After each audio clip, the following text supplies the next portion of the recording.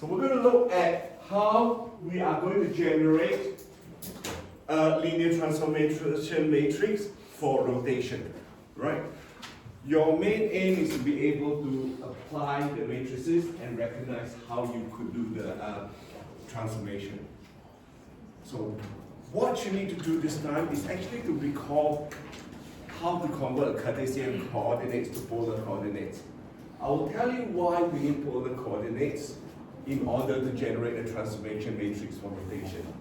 It makes life a little bit less complicated for you when you use a polar coordinate. Use a linear transformation matrix to rotate a 2D shape and use the class pad to check the transformation. Alright? Now, let's have a look. What is rotation?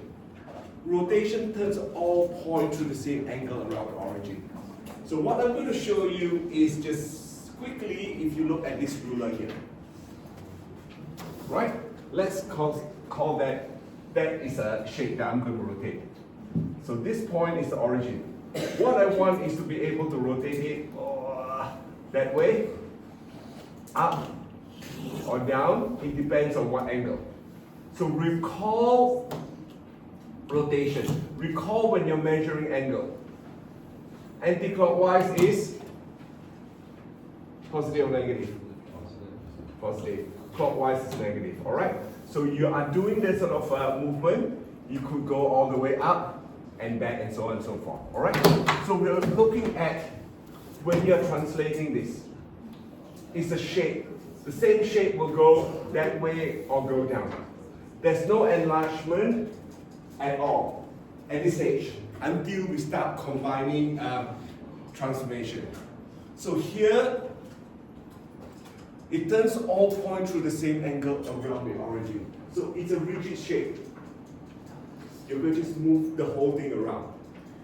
The angle can be expressed either in radians or degrees, and the angles are measured anti-clockwise from the positive x-axis. So a rotation of 45 degrees means that an anti-clockwise rotation of 45 degrees, alright? Positive anti-clockwise rotation. Rotation of minus 3 pi over 4 means clockwise of 3 pi over 4. Now, from last Friday, you should recall about the rotation matrices that we have derived and we have previously summarized. So now, if you think about here, this is a rotation. Now this time the leading diagonal is 0. Alright, you're rotating 90 degrees. So what you're doing is rotating that way, 90 degrees. Yeah? Got it?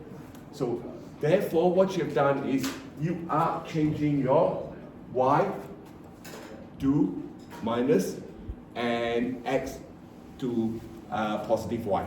So you're swapping around. This is rotating 90 degrees of pi over 2 radians anti-clockwise about the origin. Or you can say that it's rotation of 270 clockwise about the origin, and so on and so forth. Alright? Now, when you do both minus 1, minus x, x to minus x, y to minus y, you are actually rotating 180 degrees or pi radians around the origin. Here you can see that what you've done is you have actually reflected your x and then reflect your y. So you're actually rotating, right?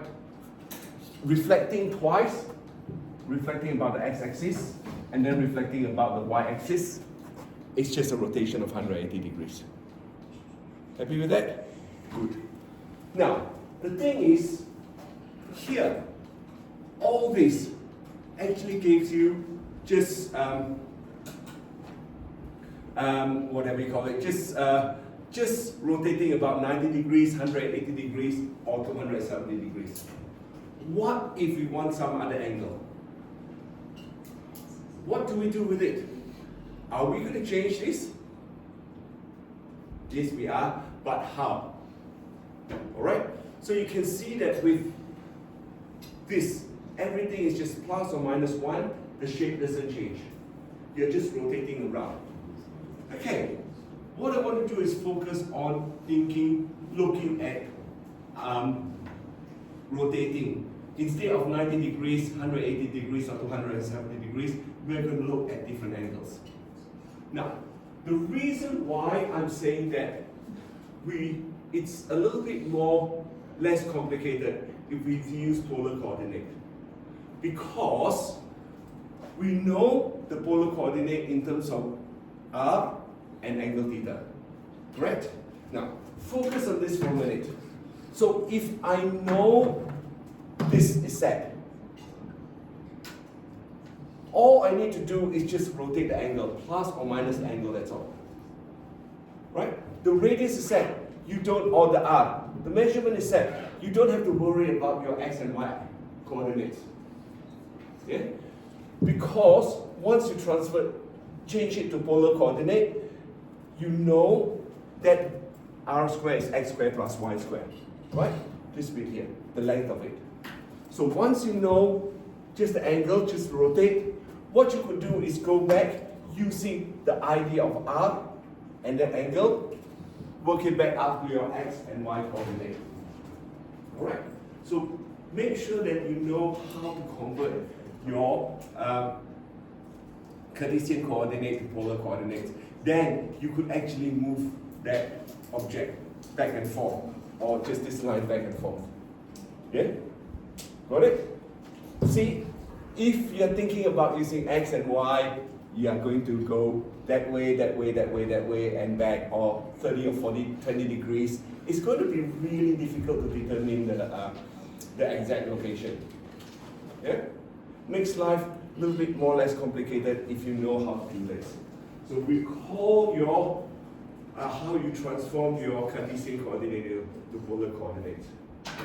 So we know that at some point, if there's x and y, we know this distance is x squared plus y squared because of Pythagoras' theorem, x, y. Right? X squared plus y squared will give you r squared. Therefore, you can work out that the magnitude of p. And then you know that tan theta is just y over x. Then what you could do is go back and make sure that you understand, you can convert, once you go to p dash, let's say I'm rotating this angle to here, plus alpha. So I can use this bit and work that out, right? A lot more straightforward if you use your polar coordinate. Now, let's have a look at this. Determine the image of point P, which is 5, x coordinate of 5, and y coordinate of 5 root 3. So ignore this bit, let's not worry about this bit yet. Can you please convert P with the coordinate of x equals 5 and 5 root 3 to polar coordinates? You got it in front of you. What I'm going to do is just to remind you of this. R squared equals x squared plus y squared, and tan theta equals to y over x. Alright, let's not do the next step first. Just convert it into polar coordinate.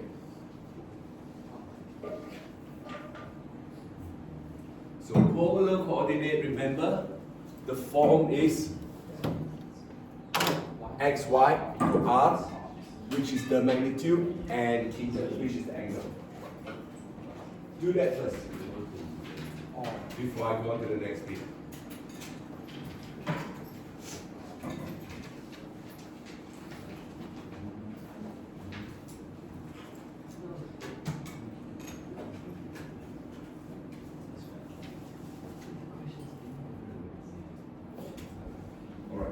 You don't actually need your calculator for this, it's pretty straightforward. I've given you numbers which are pretty less complicated. So you know x squared plus r squared. Do you agree with me? R is 10, and then the angle theta is just 60 degrees. Alright? Tan theta is square root of 3. Now, here, straight away, you know that when you actually rotate P to P dash, you don't actually have to worry about your radius, do you? The magnitude, not the radius, the magnitude. Agree? All you need to think about is this theta plus 150 degrees, that's it. Now, at 150 degrees because we are rotating 150 degrees around the origin. So this is what we're doing. Origin is here, we are rotating that. So we now know we can add this angle to that. So it makes life a little bit more straightforward when you do it this way.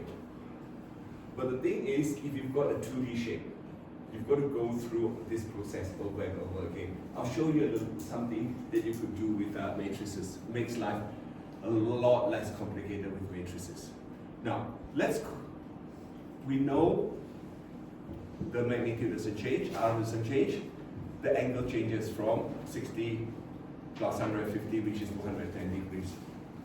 Let's now convert the polar coordinate of P back to Cartesian coordinate. So if you can't remember, do it this way. R cos theta and Y equals R sin theta. You now know R and theta. Can you convert it back to X and Y? Now, recall, at this stage, when you have gone to this third quadrant, it will be negative values. Yeah, you've got to be very careful. You cannot just take positive value. You've got to take the whole angle into account, 210 degrees. So therefore, you know that the reference angle here would be 30 degrees. Correct? 210 minus 180.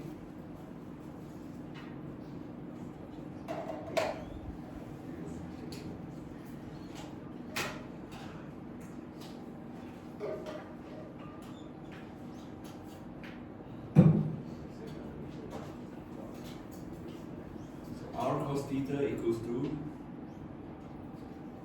X and R sin theta equals to Y.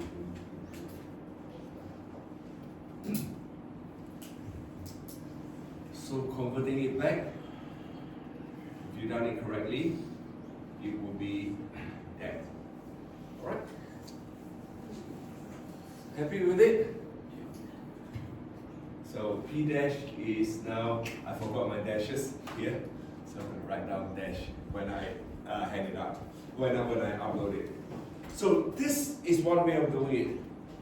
Now, you can imagine if I've got objects like a rectangle, a pentagon or whatever. If I follow these steps, I will be doing it over and over again. What I'm going to show you is use the idea of this and let's generalize and make sure that we can use a matrix, a transformation matrix to do your rotation.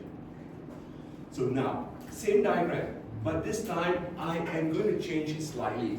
This time, P, I've got general coordinate x, y, or in terms of polar coordinate r and theta.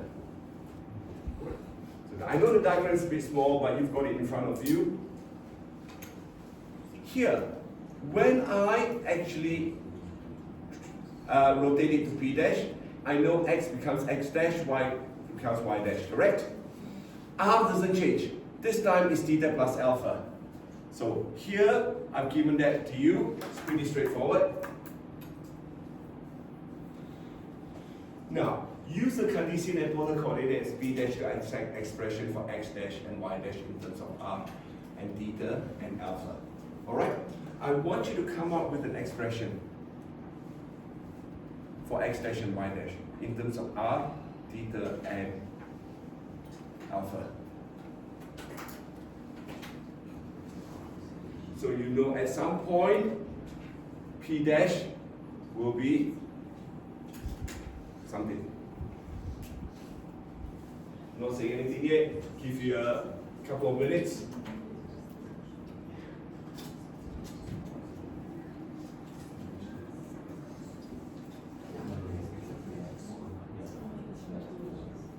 So, think about what I've done here. At this point here, I've got theta plus alpha, correct? Yeah? So I've got theta as plus alpha. So therefore, x dash will then be r cos theta plus alpha. Right? Do you agree with me? Because we know the angle now is theta plus alpha. Yeah? Agree? So, therefore, r cos theta plus alpha, y is r cos sine theta plus alpha. That's your x. So the expression that you're getting is that. Now, what I want you to think about is here. Can we split that using compound angles formula? Do that, please. Using a compound angle formula, split that. Alright? Express the expression from above using the compound angle identities. Alright? Use that identity, split it. So, you know cos theta plus alpha is whatever. Sin theta plus alpha is whatever. I'll let you do it. Right?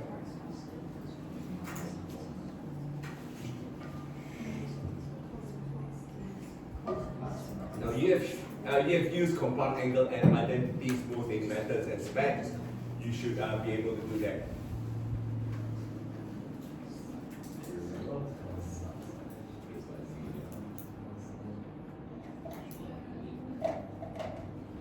Alright, of course in the exam or test itself, you will have your formula sheet. Alright, if you cannot remember, this is it. Agree? Now, y dash is that. What I want you to do is think about what is this telling me? What is r cos theta? What's r sin theta? That's the x. That's right. That's the original x, that's the original y, correct? Original y, original x. So, if I do it this way, I've highlighted that to show you this original x, original y. X dash is now x cos alpha, x dash minus y sin alpha. This is where the rotation becomes the x dash and y. You involve both the original x and y. So if I rewrite the whole thing, now x dash therefore equals to x cos alpha minus y sin alpha. Y dash equals to x sin alpha plus y cos alpha. Why do I do this? Because what I want is using the idea of this cos alpha and sin alpha, I'm going to bring it into a transformation matrix. Alright? You see a transformation matrix.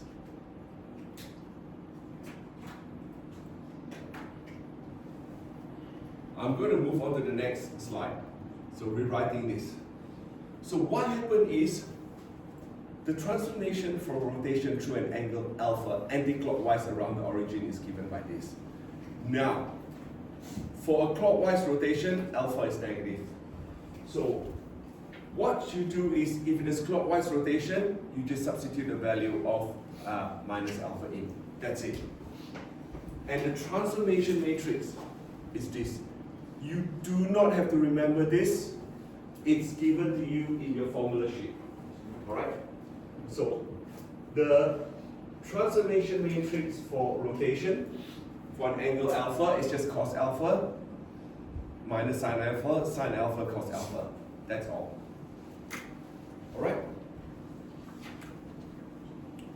Now, I'm going to show you the next bit, which is just in your formula sheet. That's it.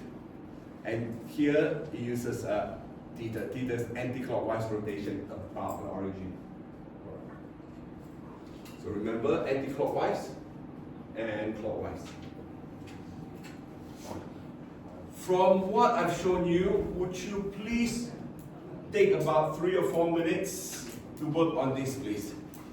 Let's first start out with the matrix that will rotate an object minus 7 pi over 6 about the origin. So you need to use this, work out what your angle would be. You need to use your idea of your quadrant as well. Alright? C, A, S, D.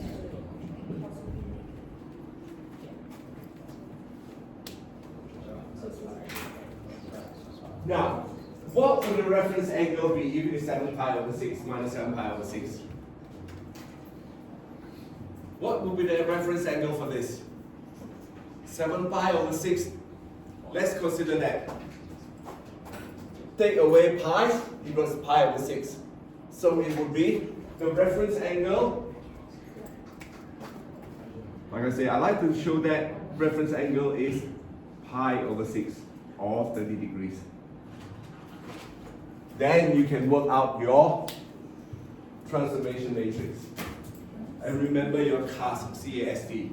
So you need to be able to work out your transformation matrix. This time, because it's minus 7 pi over 6, you need to use the angle of minus 7 pi over 6. First, write out your transformation matrix.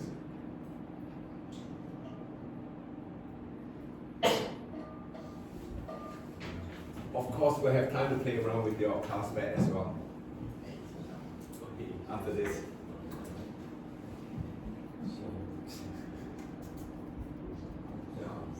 I'm going to review my transformation matrix. So it's just that, correct? Do you agree with me? Yeah? Very good. And you should be able to work out the value, exact values. You should work out the exact values and then please do your matrix multiplication, exact values as well. I'm not going to show you until I have you've done it. Give you a couple of minutes to do it.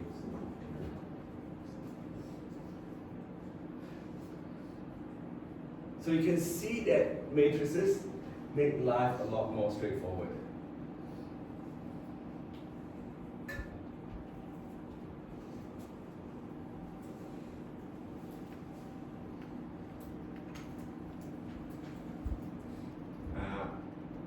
I know when you're looking at my previous lesson, that's fine.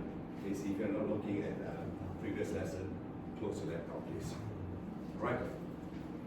Concentrate on the class. Moon is alright, you're looking at the previous lesson, that's fine. But Casey, you're not closing, please.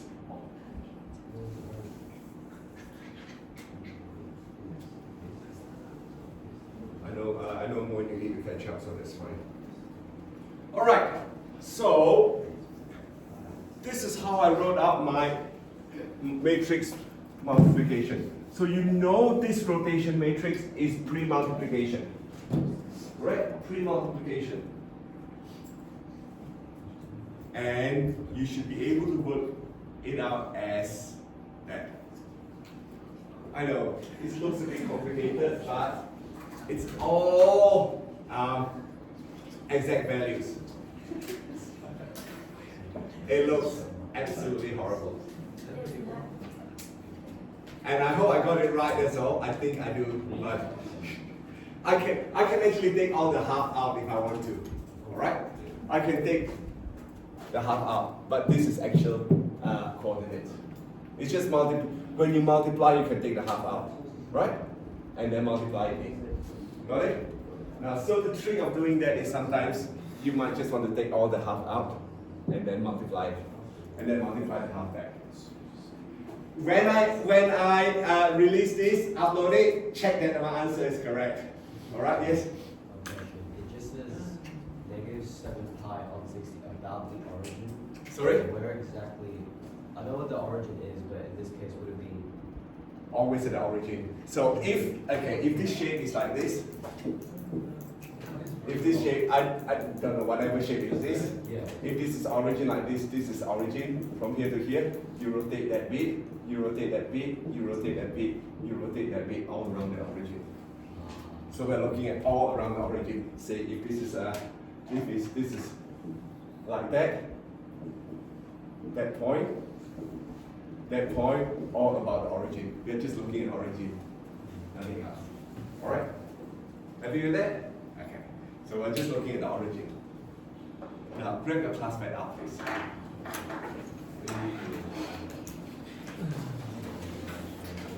See, here you can, with your class pad, you can use a different rotation center. You can use 1, 1, 2, 2 or whatever if you want to. But we are going to look at just concentrate origin, that's all. Alright, just remember we're looking at origin. Okay, drag your classmate up. So you can have any shape that you like. Any shape that you like. Where's my classmate emulator?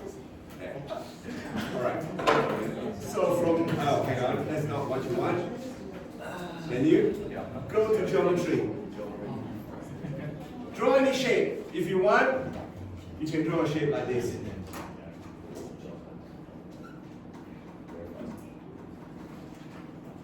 Something like this. Alright. Keep going. I actually want to change it to this point here.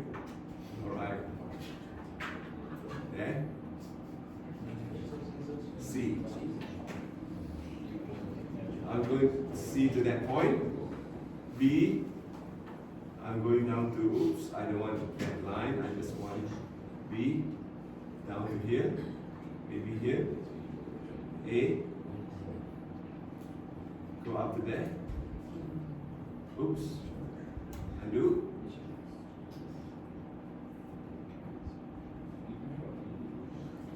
Tap 1D. Any shape. Let's say I go to this shape and A. Oops. I just want A. Alright. Now, I want to rotate, so you pick on this whole object.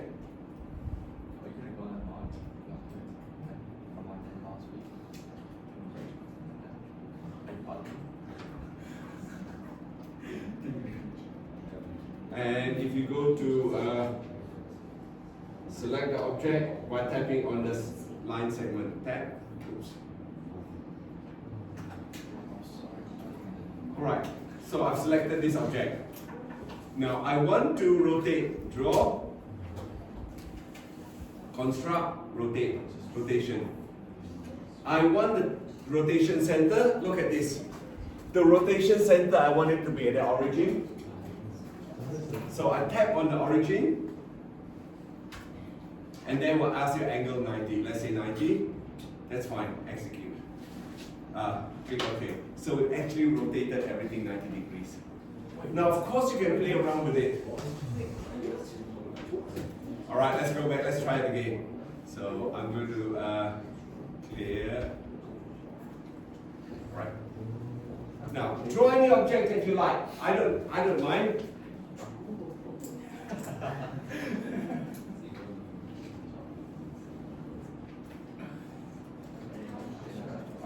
I don't really mind any object that you want. So something like this, if you like. Just draw it and play around with it, or if you want, you can. Let's see. I'm going to go to. You can go to main. All right. You can go to main, clear all, and put in as a matrix. Oops. Undo. So put in your matrix. A is whatever it is just now. -2, -3. B is 1, 1. C is 9, -5. Oops. -5. D is 6, -9. Okay, go to geometry. I don't want all this, and then clear all. So from here, drag it in. All right, you've got your angle, you've got your object. You can view, zoom out, zoom out. Now from there, draw. Go to your construct, rotation. You want the rotation center to be the origin, that at the origin, and 90 degrees. Click OK, and it's rotated. Pretty straightforward in a way, but again, like I say, in the actual exam itself, you wouldn't do that. It's just for you to check. All right, I'm going to finish off here. I will upload the video and answer to the slides, the solution to the slide in a few minutes.